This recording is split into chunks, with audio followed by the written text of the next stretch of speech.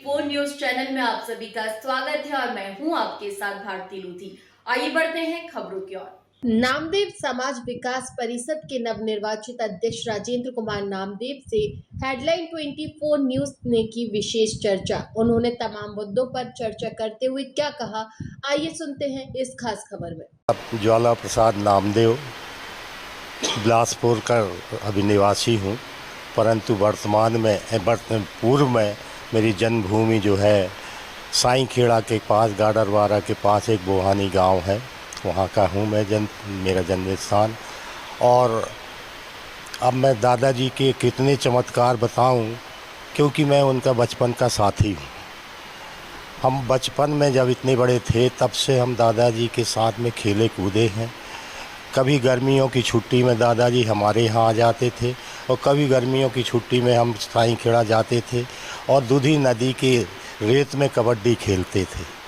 उसके साथ साथ मैं एक और जो घटना है मैं उसी को बताऊंगा, बल्कि मैं कम से कम 8-10 चीज़ें मेरे को याद है और दादाजी के बचपन से लेकर के आखिरी तक मेरे को बहुत सारी जानकारी है। मैं सोचा था कभी लिख कर के फ़ोन पर बताऊंगा, लिख कर के नहीं दे पा रहा हूँ, मेरा हाथ कांपता है, इसलिए मैं शिवरतन जी को नहीं दे पाया। दादाजी हमेशा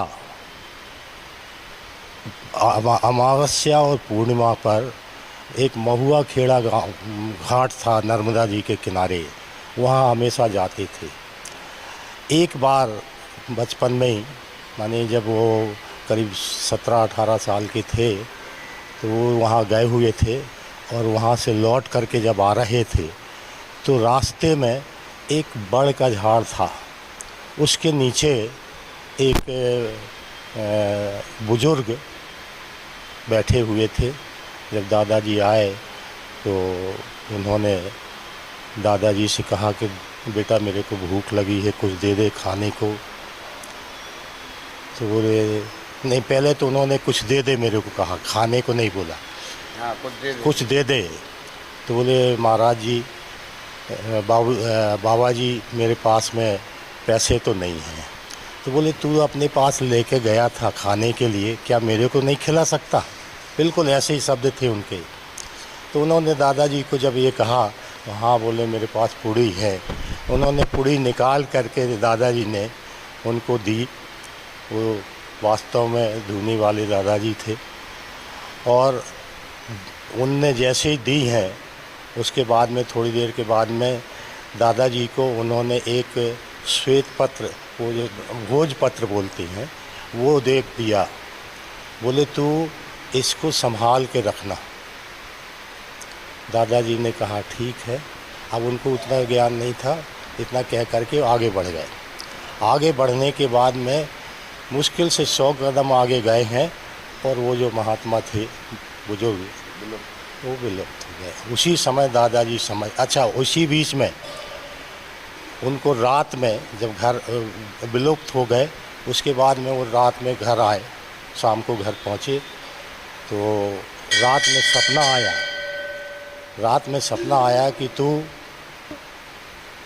नारियल का हवन कर, मेरे जन्मस्थली पर, मेरे कुंड पर नारियल का हवन कर। तो उन्होंने अपने बुआ के लड़के थे भाई, मदन भाई, उनको कहा कि मदन भैया तुम जाओ और जितने नारियल मिले, साईं खेड़ा छोटी बस्ती थी और बहुत पहले की बात है, नारियल इकट्ठे करो। 3 बोरा नारियल इकट्ठे किए और दूसरे दिन उन्होंने, सोमवार का दिन था, और हवन करवाना शुरू किया। पूरे 24 घंटे नारियल का हवन हुआ वहाँ।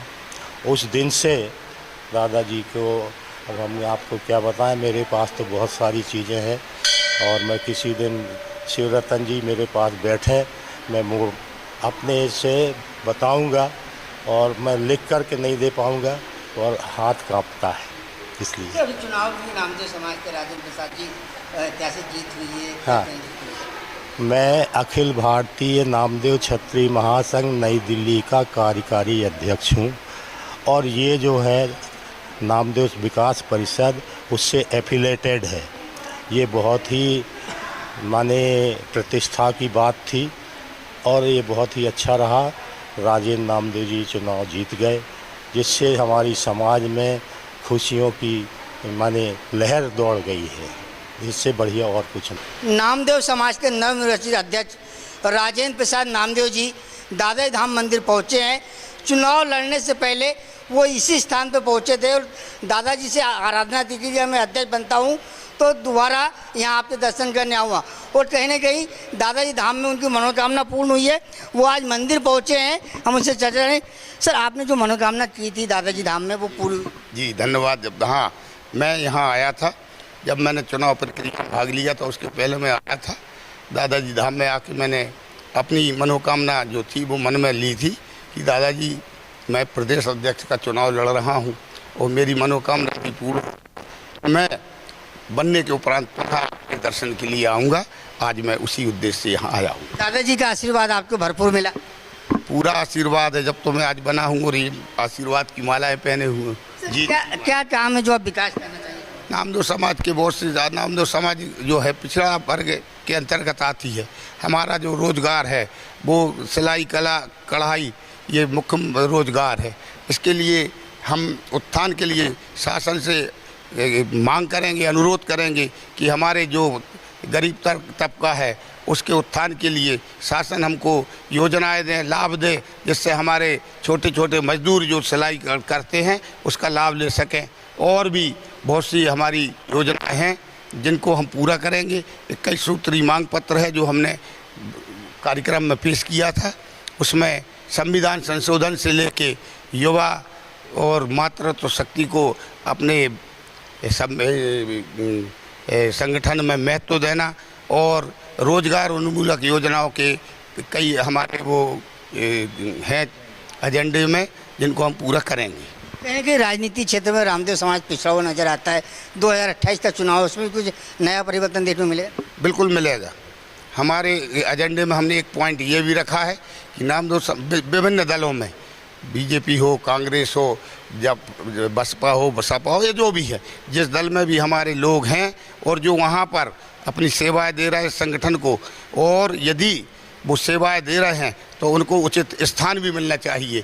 हमारा ये प्रयास रहेगा कि हम शासन से भी ये मांग करेंगे। सिलाई कला बोर्ड में जो पहले इन्होंने गुजराती दर्जी को रखा था, एक तो सबसे पहले उन्होंने वो नियुक्ति बंद कर दी, उस नियुक्ति को पुनः की जाए और सिलाई कला कढ़ाई बोर्ड में नामदेव दर्जी समाज का ही प्रतिनिधित्व दिया जाए।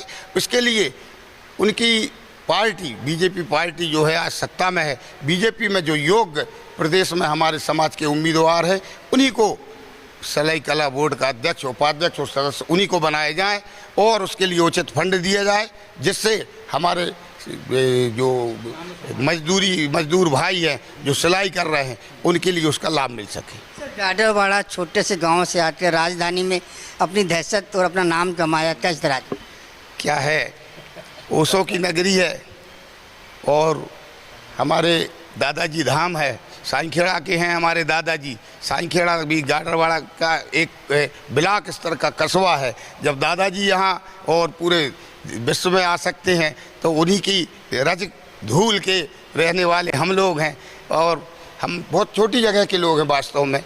इससे महानगर के एक मोहल्ला बराबर भी हमारी जनसंख्या नहीं है, मगर हमको प्रदेश के सभी समाज बंधुओं ने महत्व दिया। उनने हमारे अंदर कोई प्रतिभा रही होगी उसको जाना और हमको प्रेरित किया कि आप प्रदेश अध्यक्ष के लिए खड़े होइए, और उसी के सभी के हम आह्वान पर ही आज प्रदेश अध्यक्ष पद के लिए खड़े हुए और आज हम प्रदेश अध्यक्ष सभी के सहयोग से चुने गए। सुरतन जी, एक बड़ा सवाल है, दादाजी के दरबार में जो भी भक्त आता है उसकी मनोकामना पूर्ण होती है, सुना है, लेकिन आज हमने देखा भी है। यहाँ पर दादाजी धाम मंदिर में 2 अगरबत्ती और 1 नारियल चढ़ाने से सूखा 5 सोमवार अगर कोई भी व्यक्ति आता है जो मनोकामना करता है उसकी पूर्ण होती है। ये क्रम काफ़ी समय से चला आ रहा है। अभी की घटना है, एक व्यक्ति कोमा में था, उसके बच्चे आए, उन्होंने 2 अगरबत्ती लगाई, नारियल 5 सोमवार किया, वो स्वस्थ होकर यहाँ पर दर्शन के लिए आए। इसी प्रकार से सभी लोग आते रहते हैं।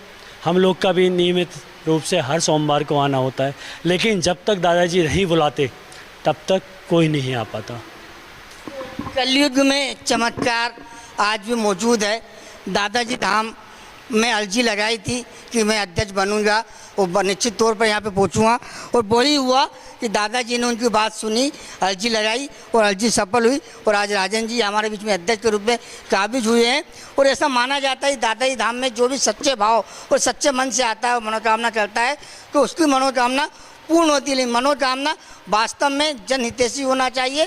और राजन जी ने जिस मुद्दे को लेकर भावना रखी थी कि मैं समाज का विकास करूंगा, आज हमारे चैनल के इंटरव्यू में साफ कहा है कि वास्तव में सरकार को भी सिलाई कढ़ाई बोर्ड के अध्यक्ष, सचिव, उपाध्यक्ष समाज के लोगों को ही उपलब्धि मिलनी चाहिए ताकि समाज में विकास हो। उनके कई एजेंडे 2028 में चुनाव को लेकर भी उन्होंने बड़ी घोषणा की है कि सभी पार्टियों से हम विधानसभा के लिए टिकट मांगेंगे और निश्चित तौर पर इस मध्य प्रदेश में 5 से 7 विधायक बनाने का काम नामदेव समाज अब करेगा। राजेंद्र प्रसाद का ये बड़ा फैसला वास्तव में नामदेव समाज में बड़ा परिवर्तन लेकर आएगा। ये तो आने वाला वक्त ही बताएगा। निश्चित तौर पर जिस प्रकार दादाजी का आशीर्वाद उन पर है तो वास्तव में ऐसा लगता है कि आने वाले समय में नामदेव समाज के 2-3 विधायक तो हमें देखने को अवश्य मिलेंगे। नमस्कार। फिलहाल के लिए इस खास खबर में इतना ही। देश विदेश की तमाम बड़ी खबरों को जानने के लिए देखते रहें हेडलाइन 24 न्यूज। नमस्कार।